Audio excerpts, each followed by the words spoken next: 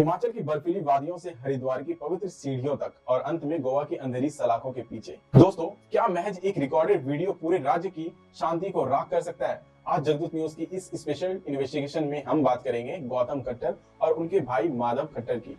Goa police ने इन्हें देश के दो अलग अलग कोनों से दबोचा, लेकिन क्या ये सिर्फ एक भड़काऊ भाषण था या इसके पीछे कोई बड़ा फाइनेंशियल और पॉलिटिकल सिंडिकेट का काम कर रहा है? सेंट फ्रांसिस जेवियर के खिलाफ वो जहरीली टिप्पणी, गोवा की सड़कों पर भड़का आक्रोश और एक 18 साल के लॉ स्टूडेंट का इस पूरे कांड में शामिल होना।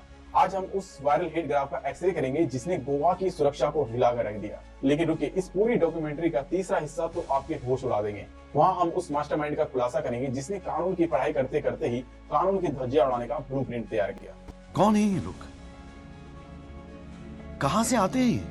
क्या एक 18 साल का छात्र इतना बड़ा खेल खेल सकता है? जवाब आपको दंग कर देगा। सच्चाई को गहराई से समझने के लिए जगदूत न्यूज को अभी सब्सक्राइब कर लीजिए। तो चलिए शुरू करते हैं इस इन्वेस्टिगेशन को, जिसे हमने 5 अहम भागों में बांटा है। चलिए चलते हैं पार्ट 1 की ओर। आस्था पर सुनियोजित प्रहार। गोवा की पहचान है उसकी कॉम्युनल हार्मोनी, लेकिन 18 अप्रैल 2026 को वास्को के एक कार्यक्रम में सब कुछ बदल गया। गौतम खट्टर ने सेंट फ्रांसिस जेवियर, जिन्हें गोवा का रक्षक माना जाता है, उनके खिलाफ ऐसी आपत्तिजनक बातें कही जिसने सदियों पुरानी आस्था को चोट पहुंचाई। यह महज एक भाषण नहीं था, बल्कि प्रोफेशनल ऑफ हाउ की स्टाइल में समझे तो यह एक डिजिटल वेपन था। जैसे ही गौतम ने बोलना शुरू किया, माधव खट्टर पीछे से इसे प्रोफेशनल तरीके से रिकॉर्ड कर रहा था। जगदूत न्यूज की पड़ताल में यह सामने आया कि इस भाषण की सोशल मीडिया पर वायरल होने की टाइमिंग और प्लेटफॉर्म पहले से तय थी। इस वीडियो ने कुछ ही घंटों में गोवा की सड़कों पर हजारों लोगों को उतार दिया। प्रदर्शनकारी सड़कों पर थे, बाजार बंद थे और राज्य में डर का माहौल था। क्या ये भाषण किसी के इशारे पर दिया गया था? क्या आयोजकों के साथ पैसों का लेन देन सिर्फ एक प्रोग्राम के लिए था या नफरत फैलाने के बोनस के लिए? क्राइम ब्रांच अब इसी फाइनेंशियल ट्रायल की तलाश कर रही है। क्या आपको लगता है कि धार्मिक भावनाओं को आहत करने वालों को उम्र कैद जैसी सजा मिलनी चाहिए? अपनी राय जगदूत न्यूज की कमेंट बॉक्स में जरूर दें। चलिए चलते हैं पार्ट 2 की ओर। The multi state manhunt, police का चक्रव्यूह। एफआईआर दर्ज होते ही दोनों भाई अंडरग्राउंड हो गए। गोवा पुलिस के लिए यह साख का सवाल था। क्राइम ब्रांच ने एक साथ 3 राज्यों में अपना जाल बिछाया। पुलिस की पहली कामयाबी 22 अप्रैल को उत्तराखंड हरिद्वार में मिली, जहां 18 साल के माधव खट्टर को गिरफ्तार किया गया। लेकिन मुख्य चेहरा गौतम खट्टर अभी भी गायब था। जगदूत न्यूज की एक्सक्लूसिव जानकारी के अनुसार गौतम अपनी लोकेशन लगातार बदल रहा था। आखिरकार 24 अप्रैल को हिमाचल प्रदेश के कुल्लू की पहाड़ियों से उसे दबोच लिया गया। 26 अप्रैल को उसे गोवा लाया गया, जहाँ कोर्ट ने उसे 6 दिन की पुलिस रिमांड में भेज दिया। पुलिस के सामने गौतम का व्यवहार बहुत ही अजीब था। वह कभी चुप रहता था तो कभी रोने का नाटक करता था। क्या यह पुलिस को गुमराह करने की कोई पुरानी चाल है? जगदूत न्यूज की इस मेहनत को सपोर्ट करने के लिए वीडियो को जरूर लाइक करें और जितना हो सके अपने फ्रेंड सर्कल में प्लीज शेयर करें। चलिए चलते हैं पार्ट 3 की ओर। लॉ स्टूडेंट का काला सच। अब बात उस हिस्से की है जिसका आपको बहुत देर से इंतजार था। माधव खट्टर एक फर्स्ट ईयर LLB छात्र, कानून का रक्षक या भक्षक।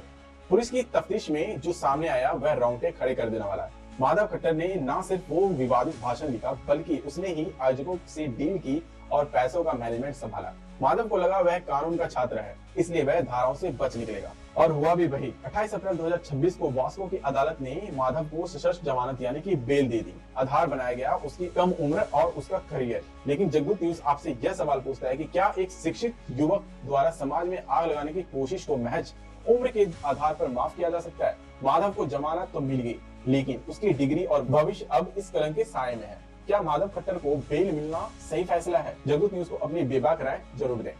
चलिए चलते हैं पार्ट 4 की ओर। सलाखों के पीछे की घबराहट। गिरफ्तारी के बाद असली ड्रामा शुरू हुआ 28 अप्रैल को। गौतम खट्टर, जो मन से दहाड़ रहा था, जेल पहुंचते ही हाई डिप्रेशन का मरीज बन गया। जैसे ही पुलिस की पूछताछ तेज हुई, गौतम ने घबराहट और हाई डिप्रेशन की शिकायत की। उसे तुरंत अस्पताल में भर्ती कराया गया। गोवा क्राइम ब्रांच के सूत्रों का कहना है कि यह पूछताछ से बचने का लीगल टैक्टिक्स हो सकता है। माधव को बेल तो मिल चुकी है और अब गौतम अकेला पड़ गया है। पुलिस अब उन फोन कॉल्स को ट्रेस कर रही है जो गौतम ने भाषण से ठीक पहले किए थे।